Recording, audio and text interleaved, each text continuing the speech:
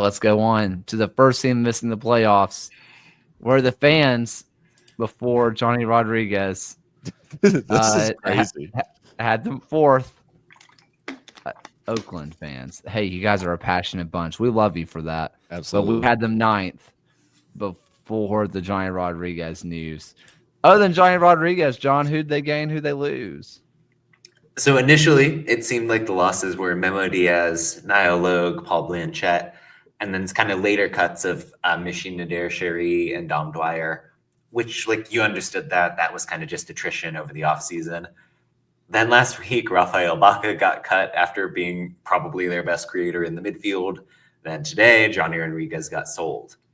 In their place, Kai Green coming back home, Tyler Gibson there for some veteran presence in the midfield. Kendall McIntosh is going to be the number one between the sticks. Panos Amanakis was a genuinely gigantic signing when they inked him a couple weeks back. Some depth at wing back as well with Abdi Mohammed and Jurgen Damm coming in.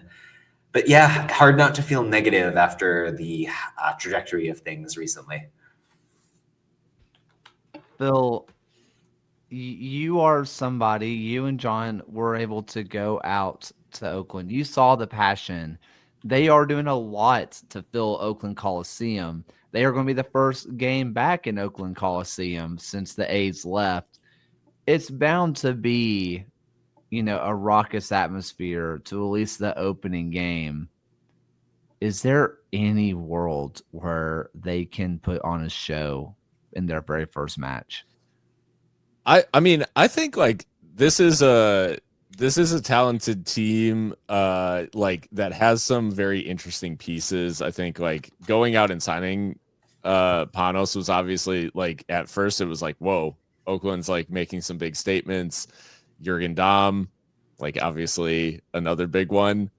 That being said, like, is it enough? I mean, to John's point, like it just feels like maybe they have added and subtracted, and maybe they kind of land back where they are.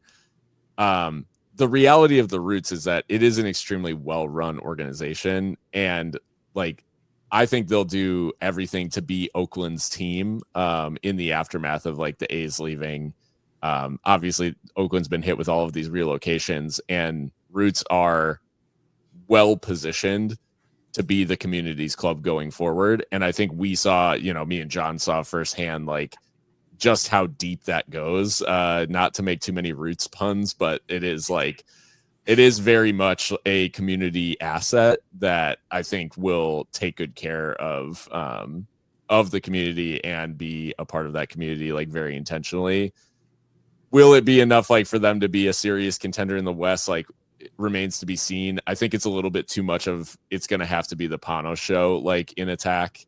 And which, we've seen it done to varying degrees of success. We've seen it done with Manuel Arriaga and Danny Trejo next to him. Right. And that's where, because it was like sort of the Loudon, it's more of the, like, is this going to be more of a Phoenix or more of a Loudon? And that's really the question mark. I think it's maybe leaning on him a little too hard to count on him to be the fireworks for this Roots team.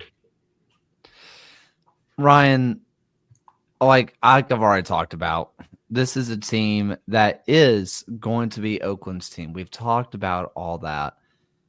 We are going to see a passionate fan base. And this is also a team that always seems to manage to sneak its way into the playoffs almost every single year. I said it in our opening, but perpetually 8th and 9th. That is just kind of where they end up. We obviously gave them a 9th ranking before Johnny Rodriguez was gone. Do you see a world where they can make it into the playoffs? Yeah, you talk about their home schedule, and their first home game is against San Antonio, which I think is it's going to be an interesting contest. It'll be about the third week into the season because they'll have 2 games under the belt against Orange County and against Monterey Bay, 2 teams that are at opposite ends of our predicted tables right now to really kind of gauge where this team is. But they need a result against San Antonio in that first home opener, not just for the confidence of the crowd, but for us to just kind of see, are they kind of on the better half of the bubble, or they still kind of be fighting below the playoff line for a lot of the year. This was this was an Oakland team that throughout all of last season, you would get their stretches of going 5 games unbeaten late in the year, only to follow that up with going 6 matches without a win, also very late in the year, kind of in that crucial playoff push that if you lose a player like Johnny Rodriguez in this squad, you're going to have to try and find and make up a lot of these results elsewhere. And if we're going to mention other really crucial games on the schedule, is just right after their home opener on March 29th is the Oakland Roots hosting Las Vegas, just for the 2 city rivalries that we've talked about. I mean, yeah, you almost called them Las Vegas, which would have been just absolutely nasty work by you, but it's fine. John, listen, this is a Panos pod. We do love Panos, but we are looking at this back line. That's what we're trying to see that can really carry them in. Neville Hackshaw is great when he's not away on international duty, and he is getting up there in age. Kai Green was great, but what can he give us? And this is where I always get really scared. Mark Velashi. Just call him Gagi. Everyone just calls him Gagi. Gagi? Yeah. That's so much easier. Okay. Yeah, his first name. Yeah. Gagi. I'm doing that because that's a long name and it scares me. And then, this is a Camden Riley pod. Everybody knows this. We love Camden Riley. Guest of the show, Camden Riley. Guest of the show. And then McIntosh, and it's kind of hard to say this because Blanchett was so good for so long. But with the way it ended, McIntosh is an upgrade. Is this defense enough to get them into the playoffs? I mean, no. The defense is going to be decent.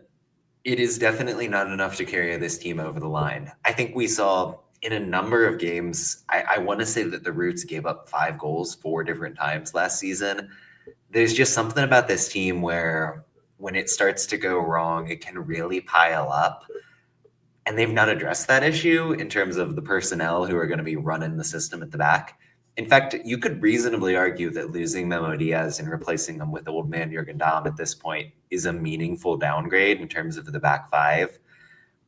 Maybe if they had a Johnny Rodriguez type, you could say the defense does enough and we've got our striker. I don't know if anyone knows anything about Peter Wilson, but he was most recently playing in the Norwegian 3rd tier and was signed to be their number 1 striker. So, yeah, I mean, it's interesting times for the Roots. I would love to be wrong. I really want to see them build the momentum at the Coliseum. But this team looks rough right now. Any final thoughts on the Roots? I just think, a Paul Blanchet-less Roots just feels so weird because since they joined the championship, he's been ever present. So yeah, it'll be very, very strange to see the next era in goal for the Roots. But they did bring in an Oakland native, which is always cool. Always a good place to do that.